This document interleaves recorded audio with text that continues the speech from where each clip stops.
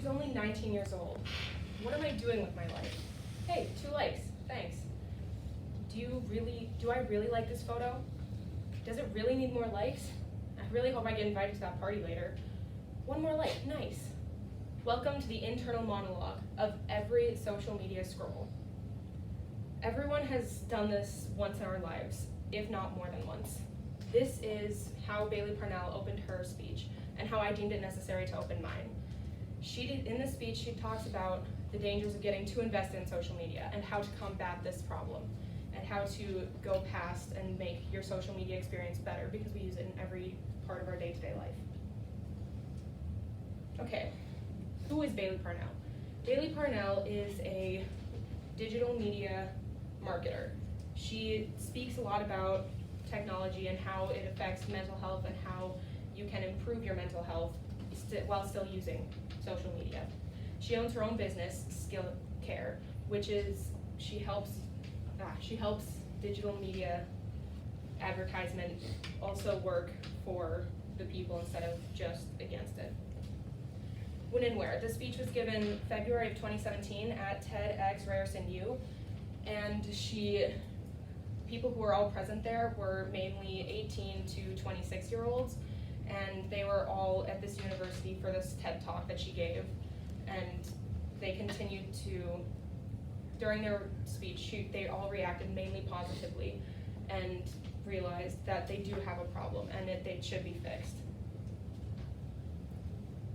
Alrighty, in this video clip, she talks about the dangers of falling to social media use and even recently, and now how it affects everyone's mental health the same. And if it was doing this to me, what was it doing to everyone else? Well, I immediately found out I wasn't alone. The Center for Collegiate Mental Health found that the top 3 diagnoses on university campuses are anxiety, depression, and stress.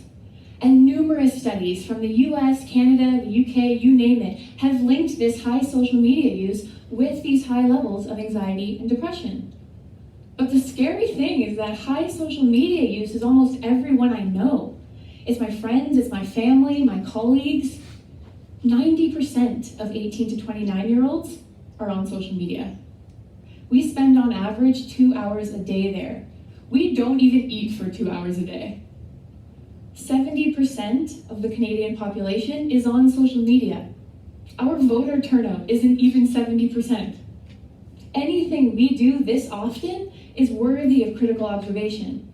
Okay,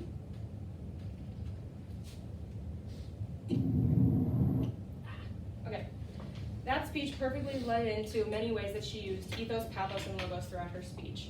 She first of all established ethos in the beginning of her speech by saying that she is a part of our age group. She grew up with social media still being a prevalent thing in her life. Her ethos, other things you may need to know about me, is that I'm young enough to have grown up with social media. My life is social media, personally, professionally, and academically. If it was doing this to me, what was it doing to everyone else?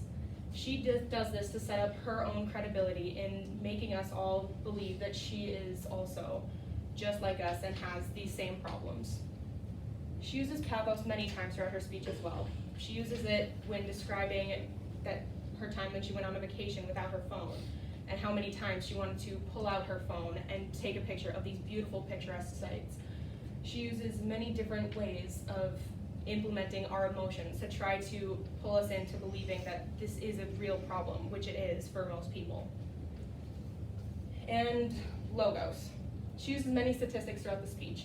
One of the biggest ones was in that video clip. But the scary thing is that high social media use is almost everyone I know. My friends, my family, my colleagues. 90% of 18 to 29-year-olds are on social media. We spend an average of 2 hours a day there. We don't even eat for 2 hours a day. 70% of the Canadian population is on social media. Our voter turnout is not even 70%. This shows the importance that social media plays in our lives. If we don't even go to vote as much as we're on social media, that shows how big this problem can become. Rhetorical devices. She uses many rhetorical devices throughout the entire speech. One of the big ones that she uses is hyperbole when she uses hyperbole. The first day there, I was still experiencing phantom vibration syndrome. This is where you think your phone went off and you checked it, and it didn't. I was checking incessantly. I was distracted in conversation. I was seeing the gorgeous sights in Jasper, and my first reaction was to pull out my phone and post it on social media, but of course it wasn't there. This is one of the times where she uses hyperbole and over-dramatizes all the problems that she has without her phone. This shows how important it is to us in our lives. We always want to take out that picture and that phone instinctually and take a picture. Metabias. A metabias is explaining what was discussed at the beginning of the speech and then transitioning into what is to be discussed. Recognizing the problem is the first step to fixing it. So hearing this talk is just that. Step 1, recognize the problem. You know the power of suggestion. When someone tells you about something, you start to see it everywhere. This is how she transitions her speech from talking about recognizing the problem into the next part of her speech where she explains how to fix the problem. And hyperphora. Wait, why can't I afford a vacation? Why am I just sitting here in my PJs watching Netflix? I just want to be on a beach.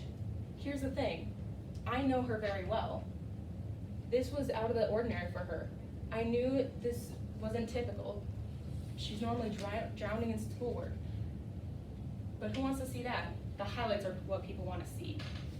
This is a hyperphora where she asks a question that she later answers in her own speech. And I believe this speech will endure because of 2 things, relevancy and relatability. It's very relevant to today because we have many, many forms of social media. This social media, I believe, will be around forever because phones are not going to go away anytime soon.